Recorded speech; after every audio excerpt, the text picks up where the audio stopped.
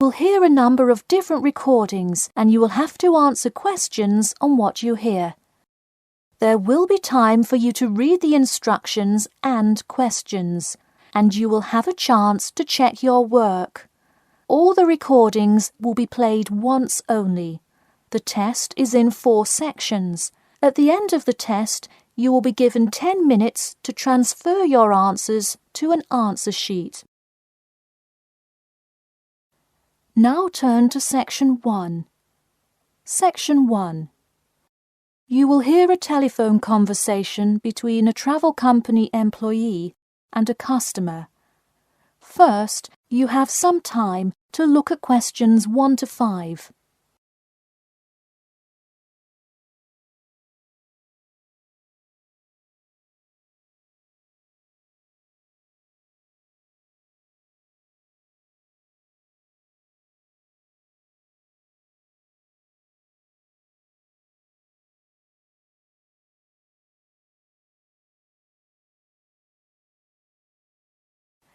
You will see that there is an example which has been done for you.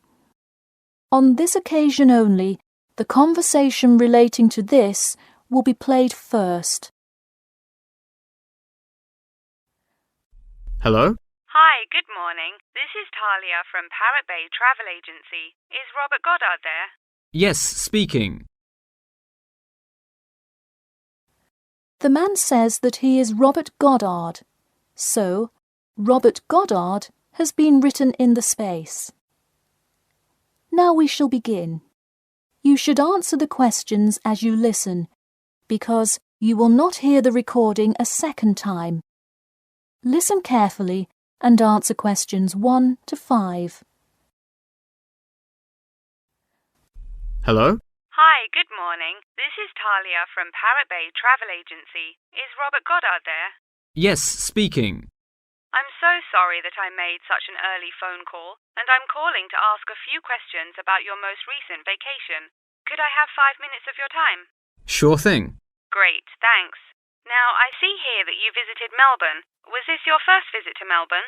No, I have actually been there twice before. I see. Now, what would you say was your favourite part about Melbourne? Well, I did like seeing the exotic wildlife, and there are great sights to see, but I have to say I was most impressed by the amazing weather. Yeah, the weather there is amazing. Which of the sites listed as part of our official tour did you see? And of those, which was your favourite? First I saw the theatre, which was beautifully designed. It was not nearly as cool as the town hall, though. The building is a huge part of Melbourne's history. Definitely my favourite. I saw the aquarium too, but wasn't too impressed. I see. Yes, people often have great reviews of Town Hall. Now, I would like to ask you about your dining experience. Did you enjoy the food there? Absolutely, I loved it. I'm glad to hear it. Could you tell me a little bit about what you most enjoyed about the food? Being such an international city, I loved the variety. I could find any type of food I wanted, whether I wanted seafood, burgers, or anything else. You name it, and they had it. Did you drive to Melbourne? No, I flew. I thought about going by train, but in the interest of time, I decided to go by plane. Right, I see. Before you hear the rest of the conversation, you have some time to look at questions 6 to 10.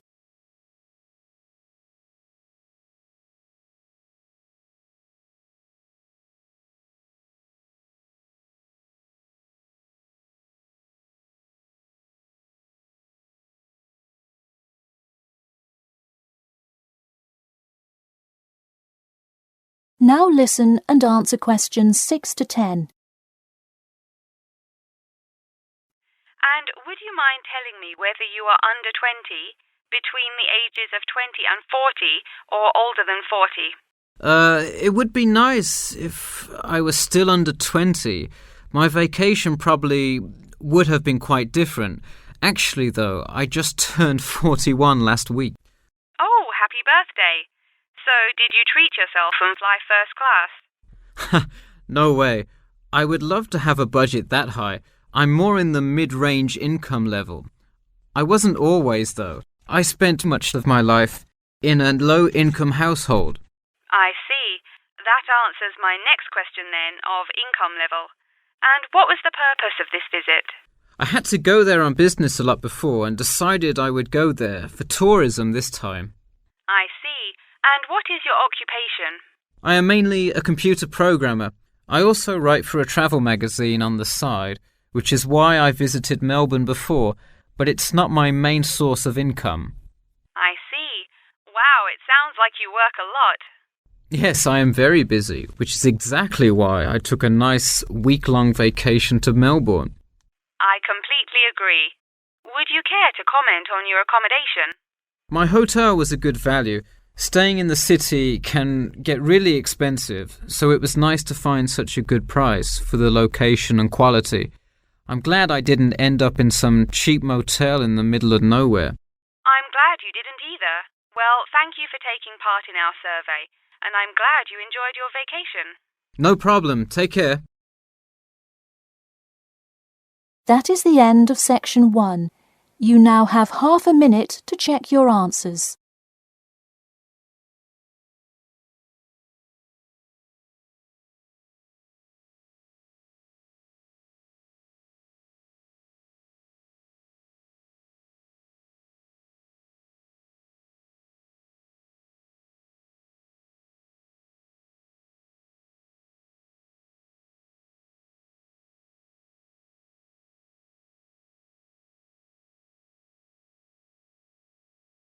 Now turn to section 2. Section 2. You will hear a talk about the main points of interest and the improvements made in the area. First, you have some time to look at questions 11 to 15.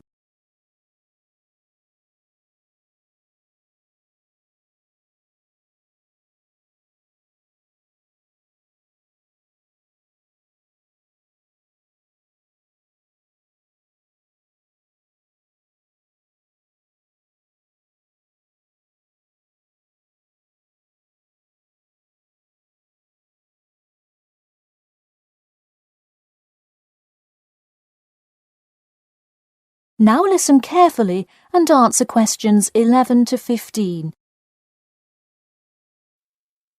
Thank you all for coming to our community meeting. As you know, we're excited to unveil our improvement plan as we look forward to the influx of tourists in the summer months. I'll start with a quick overview of the main points of interest in the area for anyone who may not quite know his or her way around yet, and then I'll get to the improvements made. First off is my favourite, the Science Museum, which is on the corner of St George Road. If you have not visited yet, I encourage you to go before the busy season. It is absolutely spectacular. There is even a flight simulator you can try out. Just west of the Science Museum is the National History Museum. It's a sight not to be missed as well, with each floor devoted to a different era in our nation's history.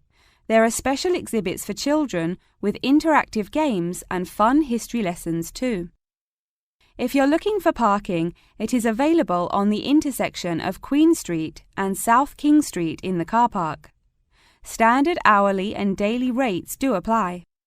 The best place for souvenirs is the shopping mall, though it gets extremely busy during peak times. You can get there from the Tube or the entrance on Timber Road, just south of Cornwell Road. This area has students everywhere, usually from the primary school across the street from the shopping mall. Classes often take field trips and engage in guided tours through the area. So that's the overview of the main sites, and hopefully by now I've given you a general idea of the area. Before you hear the rest of the talk, you have some time to look at questions 16 to 20.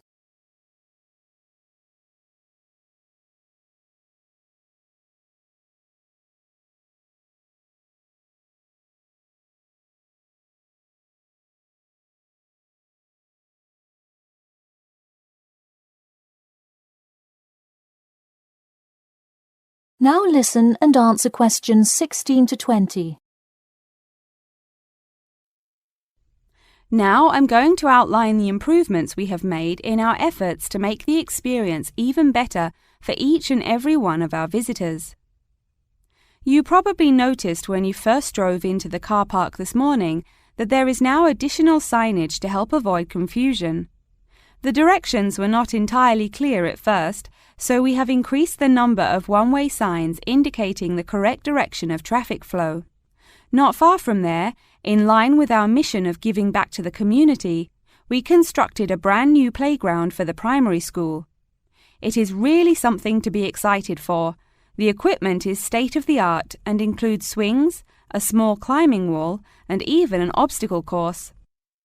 Now we'll head north and take a look at the Science Museum.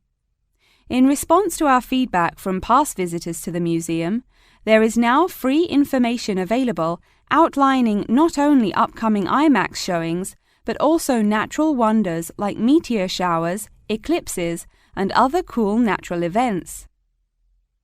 The Science Museum isn't the only museum improving the experience of its visitors. The National History Museum has added an entire new wing to its facility to accommodate the large crowds of people gathering to see the Civil War exhibit, Inventions Timeline exhibit, and other wonderful sections of the museum. The increase in space will definitely give a more calm, comfortable experience for visitors. And finally, remember when there was actually a line at the mall entrance from the tube station? It was terrible trying to get anywhere from the tube because foot traffic got so backed up sometimes. We have addressed that by adding another entry point into the mall from the other end of the platform to disperse the crowd. So those are the major improvements we have made. Clearly, having too many people that want to visit and enjoy what our community has to offer the public is a good problem to have, and I am confident that we have made the changes necessary to accommodate the growing interest in the area. As always, we welcome any questions, comments, or concerns about the new improvement plan. In a few minutes, I will open up the floor for questions, but you can also contact me or any other board member by email or through the city website. Thank you for coming, and I now encourage you to stay for the questions and answers panel occurring between now and 10:30. That is the end of Section 2. You now have half a minute to check your answers.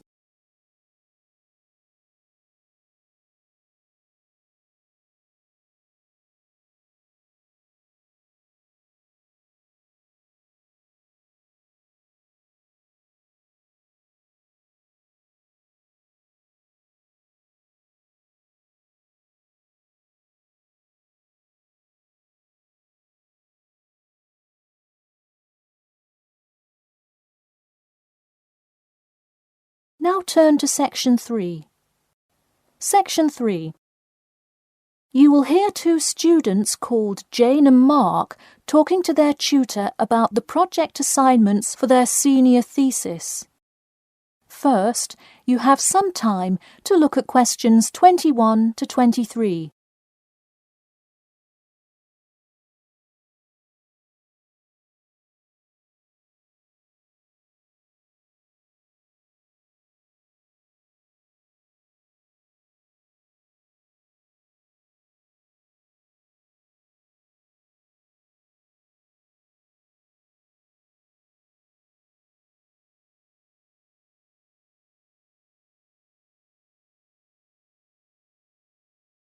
Now listen carefully and answer questions 21 to 23. So, you were both given your project assignments for your senior thesis today, right? Yes, and we already have to submit our topics next week. But how could they give us a grade this soon? No, next week's due date will not be counted towards your final grade. The teachers are just going to read your topic and give you feedback. Oh, I see. So first we should come up with our topics, and then what? Well, once you know what you want to study, you need to think about how you'll study it. You need to decide on your research methods. The methods will be the main part of your paper. What about the results section? Well, I can give you feedback on that, but you will be the one carrying out an experiment, and thus will have to produce the results on your own. What I would like to do today is practice writing research papers before you even begin your report. I'll give you samples of old data from past experience, and you can practice writing results and drawing conclusions. I think that would be really helpful.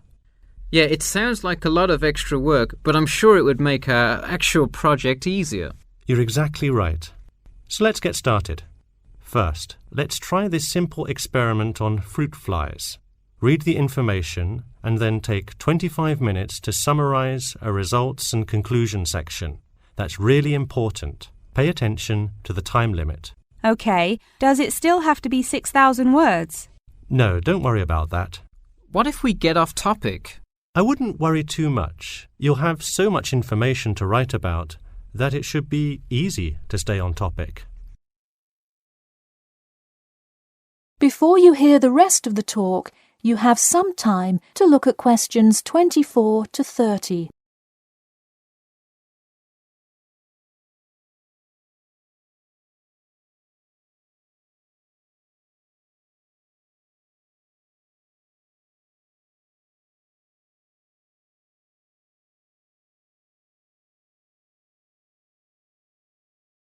Now listen carefully and answer questions 24 to 30. But what about other sources? Well, for this assignment, you can use the one from your textbook. In your actual paper, you should find old experiments that support your topic. So do we need to find different types of sources? For instance, should I be conducting lots of interviews to use in my paper? No, there's no need to conduct lots of interviews or anything like that. OK, I'm ready to get started. I'm still a little confused, though, on how we should format our paper. Don't worry about it for now, but on your final paper, make sure to pay attention to the format. It should follow the guidelines exactly. Oh man, I'm starting to understand why they give us all semester to do this. Are there any other small details like that we should know about? Not a whole lot. Make sure you provide 2 copies. One for your teacher, of course, but one for yourself as well. And of course, you know the due date, right? It's April the 11th, right? What? No, it's May 11th, right? Yes. The due date is May 11. Write it down. Oh, wow. Yeah, I need to note it. Also, I'm having trouble finding information on my topic. What if I can't find enough good sources? It's all right to change your topic. Just make sure to do it before the beginning of April. Oh, really? Wow, I'm definitely going to change it then. Just make sure to write a note to your teacher, letting him or her know. OK, so getting back to writing this sample paper, where do we start? Should I just explain the experiment and what happened? Well, you need to start with your hypothesis, what you think will happen, and then describe your procedure. Then you can write up the results and your conclusions. Oh boy, I don't know if I can handle any more instructions. That is the end of section 3. You now have half a minute to check your answers.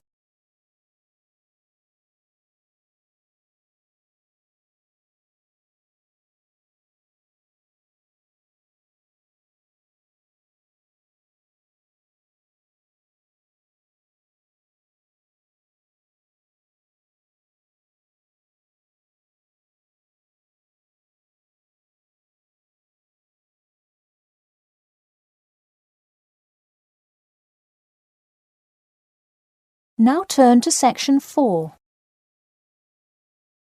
Section 4. You will hear part of a lecture about factors you should consider when creating advertising materials and the effects they can have on your product sales. First, you have some time to look at questions 31 to 40.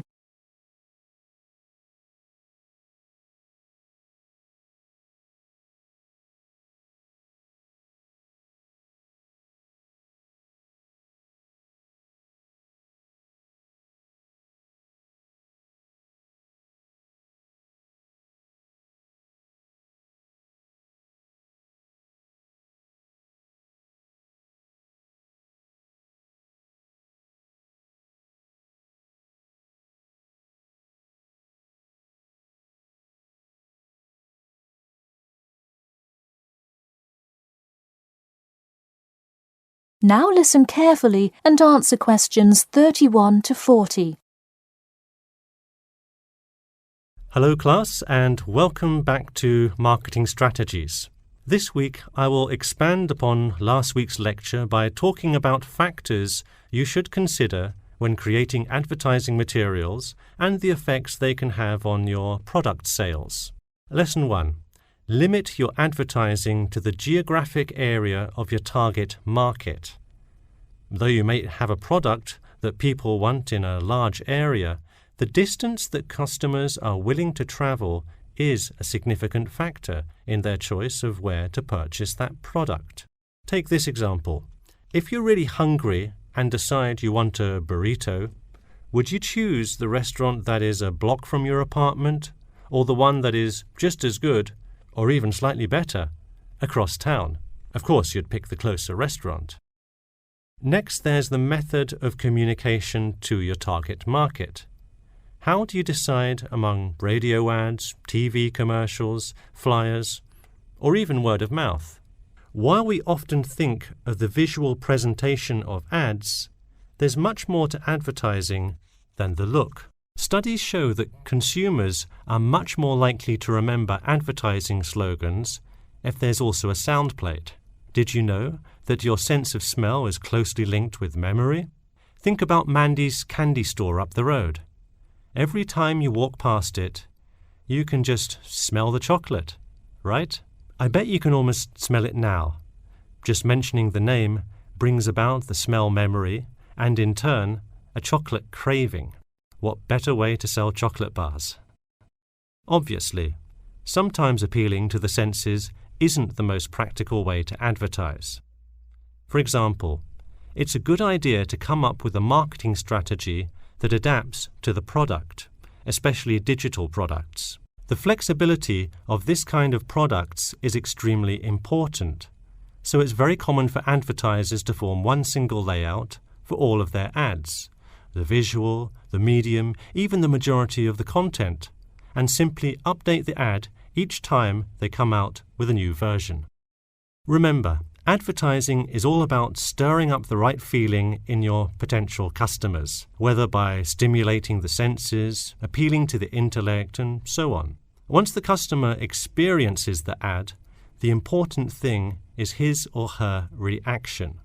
Someone could love the ad you made, but unless he or she considers buying the product, you've failed to get the reaction you were looking for.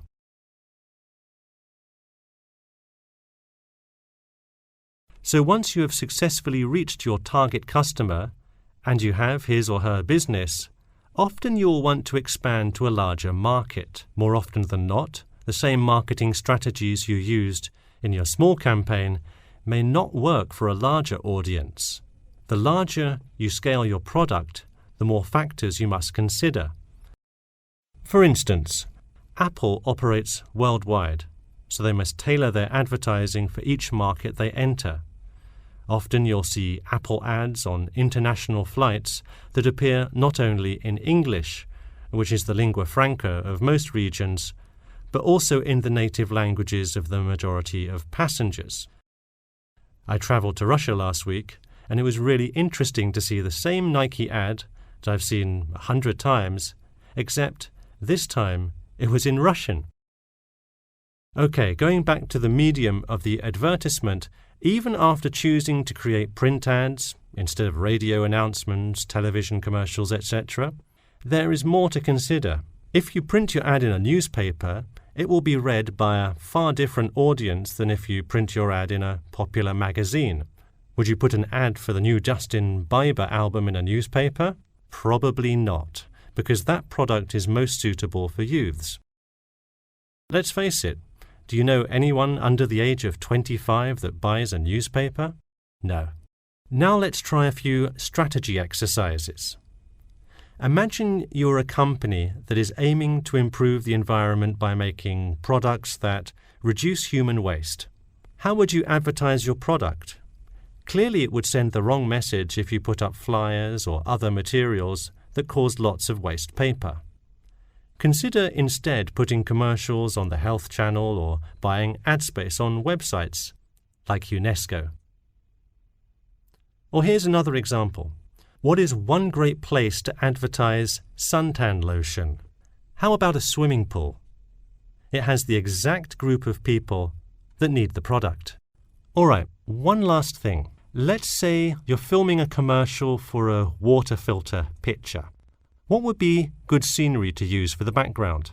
Think about somewhere calm and relaxing with clean, fresh water.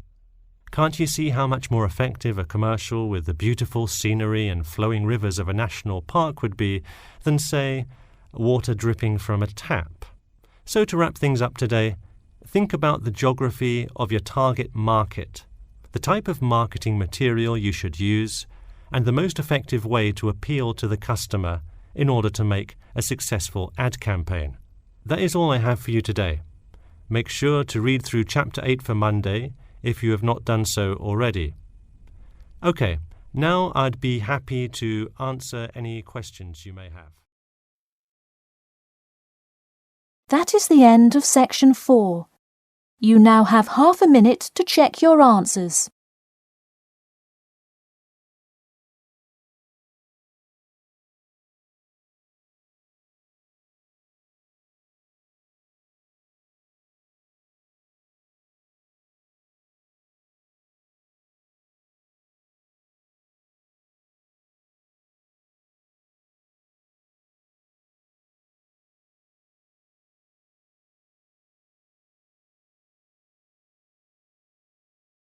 That is the end of the listening test.